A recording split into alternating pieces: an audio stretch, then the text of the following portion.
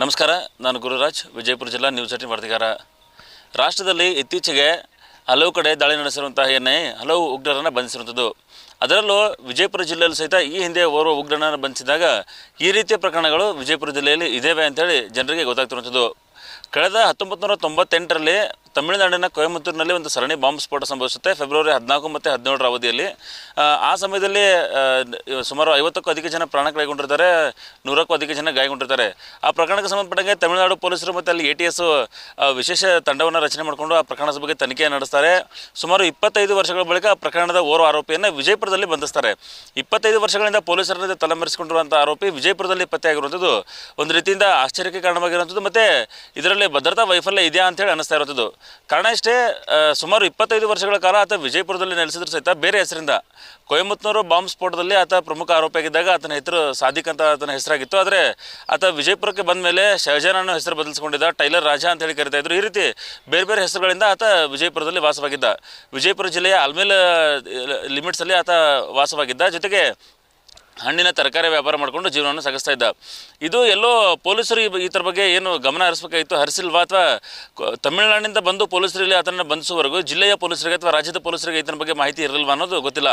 ಆದರೆ ಪರಿಸ್ಥಿತಿ ಹೇಗಿದೆ ಅಂತಂದರೆ, ಒಬ್ಬ ಉಗ್ರ ಇಲ್ಲಿ ನೆಲೆಸಿದಾನಂದ ಸಹಿತ ಅದು ಸರಿಯಾದ ಮಾಹಿತಿ ಲಭ್ಯವಾಗಿಲ್ಲ ಅಂದರೆ ಇದು ವೈಫಲ್ಯವಾ ಅಥವಾ ಹಿನ್ನಡೆಯ ಏನು ಅನ್ನೋದನ್ನು ಸರ್ಕಾರ ಮತ್ತು ಜನರು ಇದನ್ನು ಯೋಚನೆ ಮಾಡಬೇಕು ಅಂತ ಪರಿಸ್ಥಿತಿ ಇರುವಂಥದ್ದು.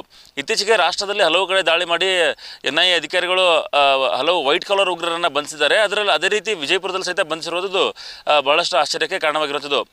ಈ ಹಿಂದೆ ಕೊಯಮತ್ತೂರು ಬಾಂಬ್ ಸ್ಫೋಟದಲ್ಲಿ ಆಗಿರುವಂತಹ ಆರೋಪಿಯನ್ನು ವಿಜಯಪುರದಲ್ಲಿ ಬಂಧಿಸಿದಾಗ ಆತ ಇಲ್ಲಿ ತರಕಾರಿ ವ್ಯಾಪಾರವನ್ನು ಮಾಡ್ತಿದ್ದ. ಜೊತೆಗೆ ಆಧಾರ್ ಕಾರ್ಡ್ ಸೇರಿದಂತೆ ರೇಷನ್ ಮತ್ತು ಈ ಗ್ಯಾಸ್ ಅಂಗಡಿಗೆ ರಿಲೇಷನ್ ಸೇರಿದಂತೆ ಎಲ್ಲ ದಾಖಲೆಗಳನ್ನು ಮಾಡ್ಕೊಂಡಿದ್ದ.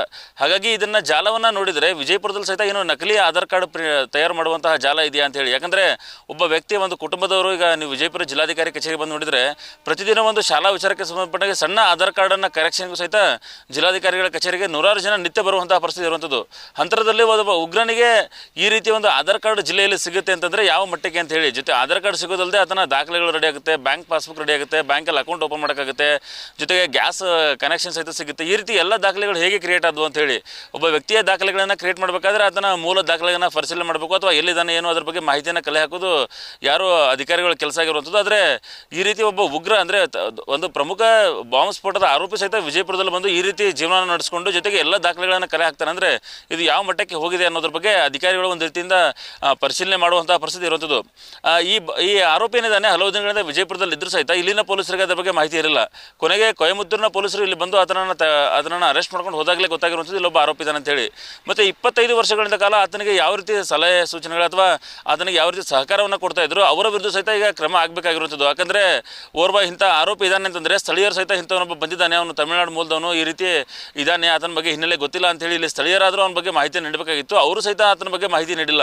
ಇನ್ನು ದಾಖಲೆಗಳನ್ನು ಮಾಡೋದಕ್ಕೆ ಸಪೋರ್ಟ್ ಮಾಡಿರುವಂಥದ್ದು ಮೇಲ್ನೋಟಕ್ಕೆ ಕಂಡು ಬರ್ತಾ ಇರೋ ಕಾರಣ ಪೊಲೀಸರು ಸಹಿತ ಕೇವಲ ಈ ಉಗ್ರಗಾಮಿ ಏನಿದ್ದಾನೆ ಆತನ ವಿರುದ್ಧ ಅಷ್ಟೇ ಅಲ್ಲ, ಆತನಿಗೆ ಸಪೋರ್ಟ್ ಮಾಡಿದವರ ವಿರುದ್ಧ ಕ್ರಮ ಕೈಗೊಳ್ಳುವ ಮೂಲಕ ಈ ರೀತಿಯ ಕೃತ್ಯಗಳಿಗೆ ಒಂದು ಕಡಿವಾಣ ಹಾಕಬೇಕಾಗಿದೆ. ಜೊತೆಗೆ ಸಾರ್ವಜನಿಕರು ಸಹಿತ ಎಚ್ಚೆತ್ತುಕೊಂಡು ಯಾರಾದರೂ ಅಪರಿಚಿತ ವ್ಯಕ್ತಿ ಅಥವಾ ಹೊಸಬ ಏರಿಯಾಕ್ಕೆ ಬಂದರೆ ಅದನ್ನು ಕೂಡಲೇ ಪೊಲೀಸ್ ಠಾಣೆಗೆ ಮಾಹಿತಿ ನೀಡಿ ಈ ರೀತಿ ಒಬ್ಬ ವ್ಯಕ್ತಿ ಬಂದಿದ್ದಾನೆ, ಆತನ ಬಗ್ಗೆ ಮಾಹಿತಿ ಇಲ್ಲ, ಕೂಡಲೇ ಪರಿಶೀಲನೆ ಮಾಡಿ ಅಂತೇಳಿ ಪೊಲೀಸರಿಗೆ ಒಂದು ಸೂಚನೆಯನ್ನು ಸಲಹೆಯನ್ನು ಕೊಡುವಂಥ ಕೆಲಸವನ್ನು ಸಹಿತ ಸಾರ್ವಜನಿಕರು ಮಾಡಬೇಕಾಗಿರುವಂಥದ್ದು.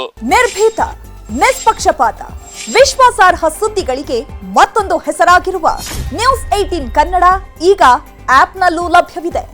ದಯವಿಟ್ಟು ಇಲ್ಲಿರುವ QR ಕೋಡ್ ಸ್ಕ್ಯಾನ್ ಮಾಡಿಕೊಂಡು ಆಪ್ ಡೌನ್ಲೋಡ್ ಮಾಡೋದಕ್ಕೆ ಮರಿಬೇಡಿ. ನಿಮ್ಮ ಬೆಂಬಲ ಹೀಗೆ ಸದಾ ನಮ್ಮೊಂದಿಗಿರಲಿ. ಧನ್ಯವಾದ.